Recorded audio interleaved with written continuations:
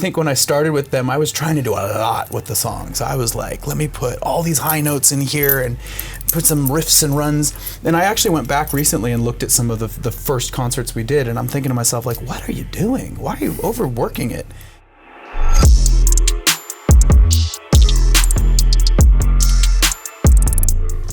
Hi, I'm Nick, and I'm joined by Adam Lambert for the latest in NME's In Conversation series. How's it going today? Good, how are you? Yeah, good, thank you. Good. How long have you been in London for? A few days. Yeah, I love jet lag. It's like my favorite thing. Well, thanks for So braving. if I start talking up some shit, that's probably why. Thank you for braving the jet lag to be with us Thank today. you for being brave to talk to me.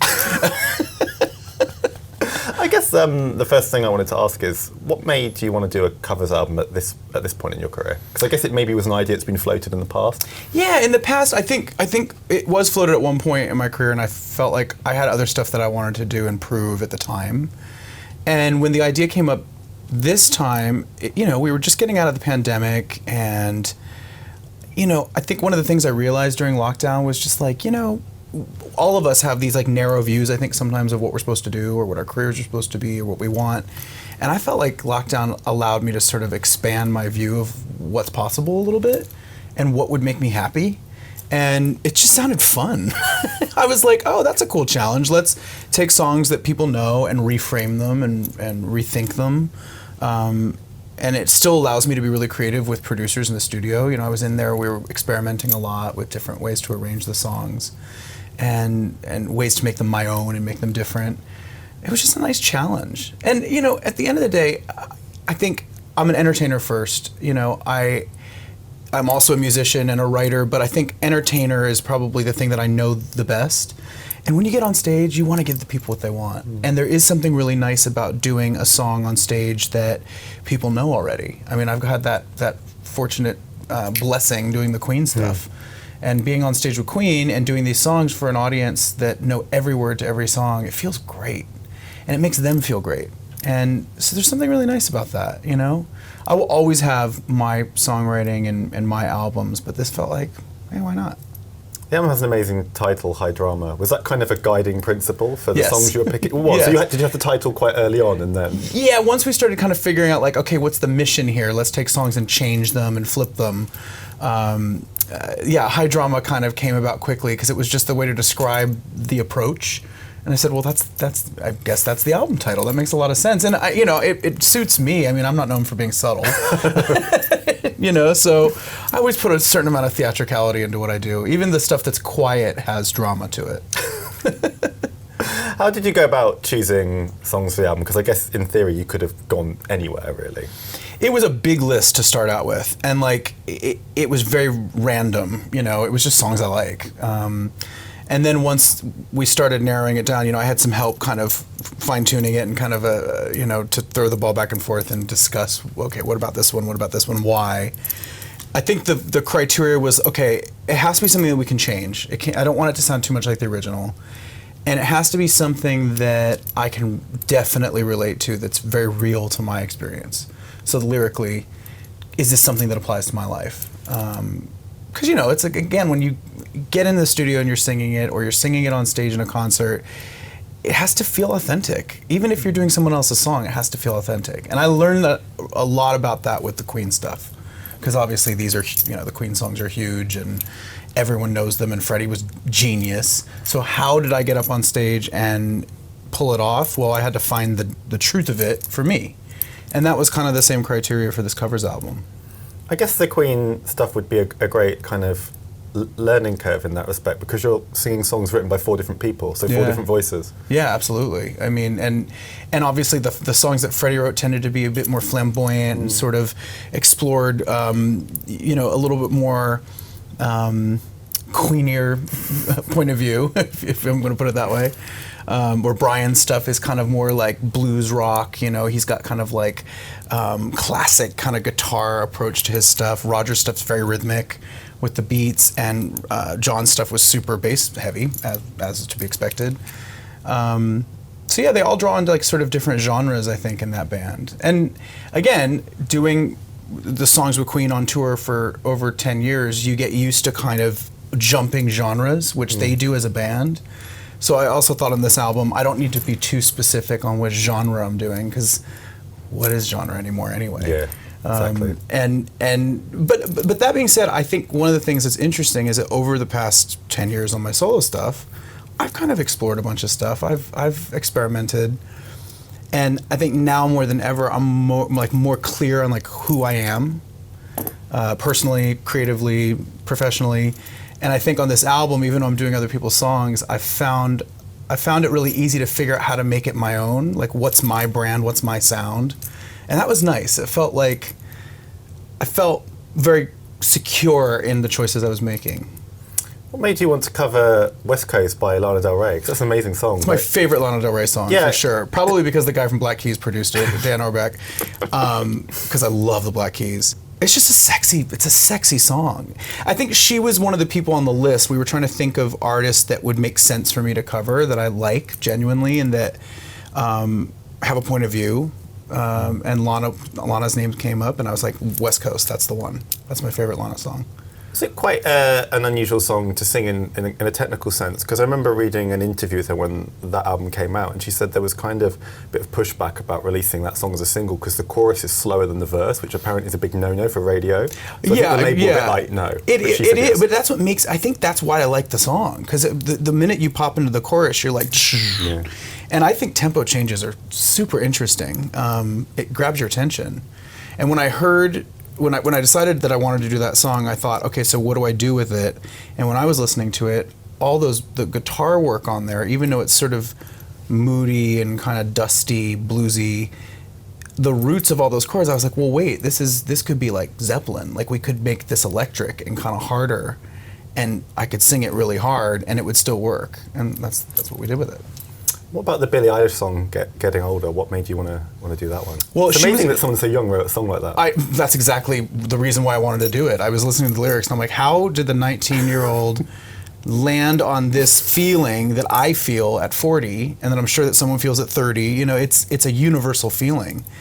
The idea of getting older, like all the things she talks about in the song are all timeless. I mean, you can be any age and feel that way. I thought that was pretty profound.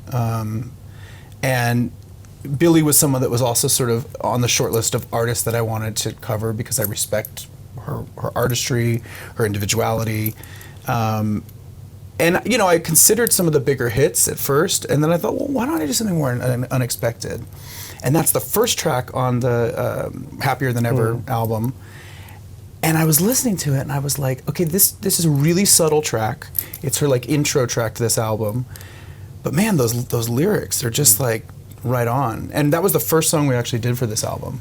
Wow. And I worked on the track with Tommy English, who I worked with on my last album as well. And he's super musical. He brought in a live drummer. He played guitar. He has a bass player in there. And a lot of it was sort of jam, like the way that we came up with it. It was just like freestyle, kind of jam on it a little bit. And what we landed on was randomly sort of this 70s pop kind of approach, which I felt like, well, that fits. That feels, there's like some Queen guitar, you know, homages on there, and it was really fun to put it together. I think maybe one of the most surprising songs on the album is Sex on Fire, because of the way you've done it. Like, yeah, I think you said it sounds kind of Robin, which on paper you're like, what? Yeah, but it does. Yeah. It's like Robin and Prince's Baby. Yeah. I mean, I feel so random. That was the one that really surprised me, because it's like when you hear Sex on Fire, you think, I don't ever need to hear that song again, but you've actually it's so good, you're right. I mean, it was scary actually touching that one because it is so strong, the Kings of Leon version. But I was like, you know what? I love that song. I really want to sing that chorus. And again, part of this album is taking on a challenge. It was like for fun, like, how can I make this different? And when we were in the studio, and I was like, well, wait, what if I like sang it like, what would Prince do? And we all went, try it. And when I started doing it, everybody went, that's cool. So that's how we did it. A lot of trial and error, but you know what? It was such a relaxed process. We were just hanging out, you know? We made some ranch waters and, smoked a couple of things and just jammed. It was great. Queen have obviously always had a huge fan base, but did you notice a change in the audience after the Bohemian Rhapsody film came out in 2018? Did it bring in new fans, do you think? For sure. Yeah. I mean, it changed everything. I mean, I think we always had hearty crowds that we sold really well, all of our tours, but I think the movie changed the age group a lot. Like, you see, like, you know, the older folks that were probably fans of the band originally, their children, and then their children's children. I mean, it's been really cool to see that, and to see a younger crowd. I noticed it particularly in Europe. It was really young last summer, like kids, and young adults, and also because this is, you know, a little technical fact, but you know, when we've toured the States and previously in other years when we've toured, they have seats on the floor of these arenas. But last summer when we toured, we decided to have it standing room. Okay. And it changes the energy a lot, you know, obviously, because you get, there's more frenetic energy when people are standing up and packed in, but also the kids are willing to wait in line all day for this standing room seat, and so they're like, it's a younger floor of people. They don't have to worry about getting a bad back from standing. Exactly. Exactly. So it was really fun because it kind of just, I think we all noticed it. It just gave us a little jolt of extra energy. As you mentioned, it's been over 10 years that you've been performing with Queen. How's your relationship, A, with the band change in that time, and also with the songs? Because you must really feel like you've earned your stripes several times over now. Yeah. I feel like I think in the beginning I definitely felt intimidated by the whole thing, and there were moments of doubt for sure. I mean, I once I get on stage, I have to. It's like sink or swim, you know, like. You can't let any doubts or intimidation get in the way of doing a good job. So I usually kind of filed it away and dealt with it when I got off stage. But it all felt a little like, okay, I guess this is working in the beginning. And now, yeah, I feel like the songs are definitely in my body. I feel even more confident. I feel more comfortable, and I feel, yeah, like I've proven myself. And so that gives a certain ease to things. You know, I don't feel like I'm desperate for approval like I was in the beginning. And that also just comes with age. I've noticed that over the past 10 years you get more settled, you know? And I even think as a vocalist, that affects my work, because I think when I started with them, I was trying to do a lot with the songs. I was like, let me put all these high notes in here and put some riffs and runs. And I actually went back recently and looked at some of the first concerts we did, and I'm thinking to myself, what are you doing? Why are you overworking it? But it's youth, you know, it's youth, it's excitement, it's the idea that you want to try to prove something. Look what I can do. And I think as I've gotten older, I've realized that sometimes it's more effective to do less. You know, and trust the melody and trust the original even more. And I think that's something you kind of learn as you get older. And I remember hearing older people say shit like that all the time, and I was like, okay, yeah, but now I understand it. Well, I mean, it's understandable. You were put there next to these two legends. You are going to kind of want to show everything you've got. Yeah. I'm deserved to be here. Yeah. As you get older, you realize you don't always have to do the most in every situation. Yeah, well, I think, as you get older, that relates to everything. I mean, not only being on stage and performing, but life in general, dating, the way you are with your family, all these personal things. You don't have to push as hard. Sometimes there's more power in letting things come to you a little bit. Something else you're working on is a musical project. Yeah. How's that going? Because whenever musicians talk about working on a musical, they always say it's the hardest thing, the slowest thing. Getting off the ground is a nightmare. Is that what you found? I mean, it's definitely slower than the music business. Yeah. I mean, the music industry, we can kind of pump things out and put it out a couple weeks later if we want. It is a big process. I mean, for me, the thing I love about it is that I started in theater. I grew up doing musicals and kind of miss it. You know, I miss that community. It's an amazing industry, a lot of hardworking, really colorful people. I don't love all musicals, if I'm being honest. I mean, I think when I was a kid, I was kind of geeking out on some of the Andrew Lloyd Webber stuff and Les Mis and all the the 80s musicals. But I think as my musical taste changed as I became an adult, less of the musicals were my thing. But there are some musicals that I've always loved, the more kind of edgier pop rock kind of musicals I've always thought were cool. And with my musical, that's sort of the approach we're taking. It's not going to sound quote unquote musical theater. I think it'll truly be music that people would want to listen to. I mean, it takes place in the 70s, so it's kind of an homage to that decade musically. It's about a real person, a musician from the 70s, and I'm trying to keep as much of it under wraps as I can because, surprise is a good thing, and we haven't sorted every aspect of it out yet. But the idea is that the songs, which I worked on during the pandemic on Zoom with various writers, will make a concept album for me, and that'll be my next project, as a concept album of this project. And then we'll put it on stage with a script and properly stage it, and it'll be a show. So the album will come first? And then, that's the idea, yeah. And is 70s rock sound kind of the... More or less, yeah. More or that's less. We're gonna borrow some other 70s genres and flavors, but that's when this story takes place. So I want to, it's my favorite decade musically. So I'm really excited to kind of like touch on all these different styles, and different characters will have different sounds. I think you said in the past it's about a real person. Have any of your fans online guessed who it is? Because I guess there must be speculation. Maybe. Have you seen some like, oh shit, they've got it right? Maybe. Can neither confirm nor deny. Maybe. I mean, we're going to be hearing about it. I mean, I think I'm going to be ready to sort of announce it and lift the curtain on it pretty soon. How long have you been working on it for? Since the beginning of the pandemic. So what's over 2 years? Lockdown, yeah. 3 years? Yeah, because I put out Velvet, which is my last album. I put that out literally like right when everything was shutting down.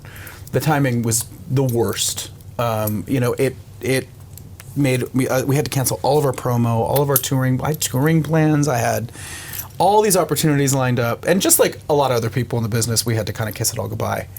But personally, it was kind of like, it was like you had to like mourn the loss of a project. It's like most people will say, like putting an album out, it's like having a fucking baby. It's like a lot of energy and thought and time goes into that. So it was depressing for a minute. But then once the mourning period was over and I changed out of my black caftan that I was lounging around the house in, it was time to work. And luckily my manager was like, "It's time to work," and I was like, oh, okay. But then we set up these sessions, and man, it was such a healing thing. It was such a nice way to look forward to the next thing during the pandemic, and to feel productive and to feel creative. And I found it really cool to like dive into somebody else's story and write music for somebody else other than myself. It was very freeing to look at it through a different, like an outsider's perspective. And I'm just so excited for people to hear it. I put a lot of work into it, and there's a lot more to do, but I think it's going to be great. Something else I wanted to ask about, if we go back to High Drama, is if we look at the track listing, you've got a Noel Coward song on there, Mad About the Boy. You've got a song by Jabri, who was the first, if I get this right, the first out gay rock musician who was signed to a major. Yep. And you've got a Culture Club song, Boy George song. Was it important for you to put some songs on there by kind of your queer predecessors? 100%. Too cheesy a term. No, 100%. I mean, that's a big part of me. That's a big part of my story. That's a big part of my experience. Obviously, when I was on American Idol in the U.S., it was sort of like, it was still kind of a like ask don't tell kind of a thing. It was interesting. It was sort of uncharted, getting off the show and being like, oh wait, I have to come out? I'm already out. And then, having to explain in every interview about being gay. It was weird. But what I realized very quickly was like, well, this is the times we're in. This is what needs to be done, and I have an opportunity to help, to be a part of a wave that's happening right now of like getting people to understand the queer community and not be scared of the queer community. And even though I didn't get into music to be any sort of activist or role model, I quickly realized that like that opportunity is actually really rewarding and it's really cool. So, and hearing from fans all over the country at the time, oh, you made me feel comfortable with this, and I could talk to my parents about it because you were on TV, and hearing stuff like that was really amazing. Because when I was growing up, I didn't really have much of that. I mean, we had like maybe a couple TV characters that were comedians, and that was it. So I was like, okay, I'm gonna, pass the buck on this one and try to help. So how does it feel like, 12 or 13 years down the line, and as I understand it, you've had Lil Nas X literally come up to you in person and say, thank you for helping to push the door open for me. Must be amazing. That was really flattering, actually, because I'm really impressed with everything that he's doing. I mean, he's like going for it, and it's brilliant, and it's really fun to watch, and he's got a great sense of humor about it, and he's fearless. So, yeah, I was at like a house party in LA, and he was there, and I was just like, oh, hey, I'm Adam. He's like, oh, I know who you are. And he was so nice. He was so down to earth and really sweet, and that says a lot, That means he deserves his success because he's a nice guy. I love that. But yeah, I don't take any credit. I think that would be ridiculous, but I was part of a wave. I think, where there weren't that many of us. And now looking at the music industry now, 10 years later, over 10 years later, it's totally different. Now you can be queer and be successful. It's no longer like a question mark. It's no longer like niche. It's now like, Lil Nas is mainstream and successful, and Sam Smith, mainstream, successful. I think when I was younger, we had a couple of lesbian artists that were successful, like Melissa Etheridge, Katie Lang, but being a gay male, and especially in the United States, was tricky. I mean, George Michael was outed. That was awful to see that, what happened to him. So I think we're in changing times, and it's great. We still have a lot of work to do, and obviously that pendulum kind of like it's all over the place right now, but it feels like this next generation coming up, they get it for the most part, and you don't have to be gay to enjoy a gay musician. People are like, they're open, and it's, thank God. It took a while. Well, I think, one of the big changes in recent years has been there was always this kind of like false cliche that if, a gay artist came out, they'd lose their female fan base. Right. But you look at Lil Nas X or Ollie Alexander or Troye Sivan, and it's clearly just not true. No, and it's been proven wrong now. So that idea can't be put forward in a meeting anymore, the way it might have been, 10 years ago. No, I actually think in many cases, like, female fans love it. I mean, they're like, they love that, I mean, majority of my fan base is female, and I think it depends on what kind of artist you are, obviously, but there's also a lot of I do these Queen shows. There's like fathers and dudes out there. No, they don't care. No. People just want to be entertained. They just want to like a song nowadays. Thank God. When you look back to the start of your career, is that you mentioned in interviews people always kind of asking you to explain being gay. Like, were there any kind of really weird questions or weird ideas that kept coming up that you look back at now and think, whoa? Like at the time you still dealt with it, but oh my God, the makeup stuff has always been funny. Like, really? Because now it's kind of like, you look at like Instagram now or TikTok, like makeup's everywhere. There's makeup tutorials everywhere. There's tons of guys wearing makeup now. It's just a thing. It's like a choice, right? But in like 2010, I'm doing interviews, and they're like, it's like the guy liner, what they coined it, became like this thing that was like, had to be talked about, and like, they didn't understand it. And I'm like, wait a minute. Musicians have been wearing eyeliner since the 50s. What the hell are you talking about? Alice Cooper in the 70s or something. I've always had. Well, it's like, I feel like pop culture sometimes has like amnesia, about what's come before it. Like, the 70s, the 80s, they were like, even in the 90s, there were all these, bands and people. And in the early 2000s, we had all the emo stuff. So I'm like, why is this confusing? And maybe it's because the journalists maybe they didn't understand what it was, and I don't know, but it always made me laugh. I was like, are we really talking about my makeup? At this point in your career, I mean, I feel silly asking this because you've got the covers album, you've got the musical project with the concept album. Are there any other career goals that are still kind of really on your to-do list at this point? Are there other stuff? I've been getting into a lot of like film and TV stuff. That's sort of developing right now. I've been doing some voiceover work for some animated series, and a couple little acting moments. I've been in LA for over 20 years. I've been around that industry for a long time. I was auditioning for things when I was young, when I first moved there, and done theater. So like the acting thing is not anything new to me, and I'm really interested in seeing where that goes. It's a lot of fun.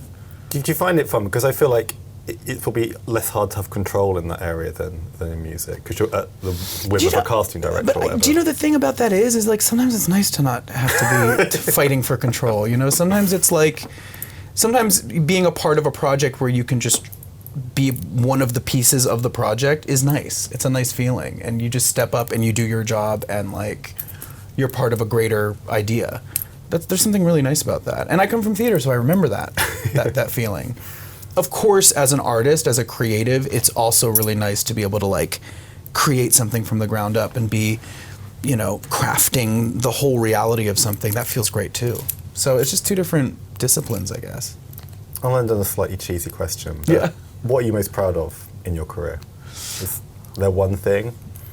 I mean, obviously the Queen collaboration has been like massive for me. It's been a big deal for my career, and a big honor to sing Freddie's songs. I just think that I think I'm most proud of the fact that I'm still going for it, that I'm still plugging away. I mean, this industry is not easy. There's a lot of challenges. There's a lot of roadblocks and ups and downs, but making sure that you recognize that like it's for the love of the music, it's for the love of performing. There is still love there. I love being creative, and it's sort of trusting that love to kind of keep moving forward, you know what I mean? And deal with whatever, you know, business stuff is, you know, a pain in the ass. It's fine because it's worth it, because I get to make music and I get to entertain people. And it's really, that's the bottom line, is that I'm surprised I'm still doing it sometimes. Is having time off, do you think, kind of vital to kind of building a long-term career? Because sometimes artists, especially when they're starting out, really have to go hell for leather. And some of them get burnt out.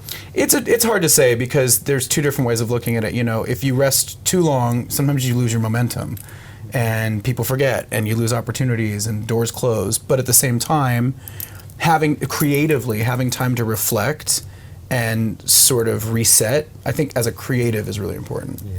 But the business doesn't always work like that, and we're in an industry where it's like it's the marriage of the creative and the business, and it's you know, I'm still learning about that.